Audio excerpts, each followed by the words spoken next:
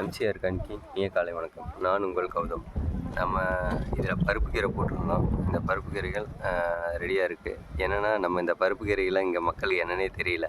அதனால் கொஞ்சம் நம்ம போட்டு இது அறுவடைக்கு ரெடி ஆகிடுச்சு. அந்த முதல்ல போட்ட பருப்பு கீரைகள் வேஸ்ட் ஆகிடுச்சு.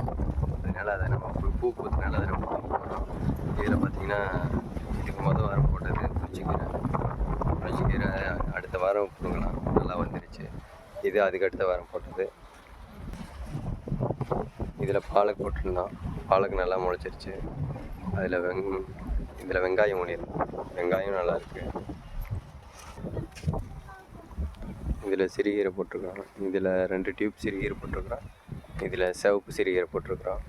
அடுத்தது போன வாரம் நம்ம இதில் போட்டிருந்தோம் செங்கீரை, சிறுகீரை, சிவப்பு சிறுகீரை, புளிச்சக்கீரை, அந்த லாஸ்ட்டில் தண்டுக்கீரை, இதெல்லாம் போட்டிருந்தோம். இதெல்லாம் ஓரளவுக்கு முளைச்சி வந்துடுச்சு. இப்போ இதுக்கு தண்ணி பாய்ஞ்சிக்கிட்டு இருக்கு.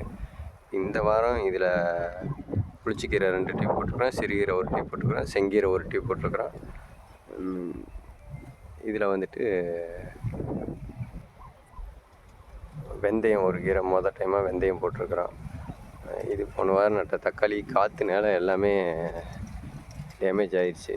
ஒரு சில செடிகள் நல்லாயிருக்கு. 100 செடிகள் வச்ச இடத்துல ஒரு 40 செடி தான் இருக்குது. மீதி எல்லாமே இறந்துருச்சு.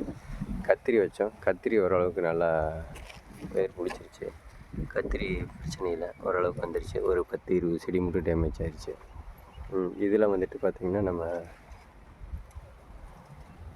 அடுத்தடுத்து நம்ம பண்ணலான்ட்டு இருந்தோம். கொஞ்சம் தண்ணி குறைஞ்சிருச்சு. அதனால் நம்ம இதோட நம்ம ஸ்டாப் பண்ணிட்டு அடுத்த வேலைகளுக்கு நம்ம போகலாம்.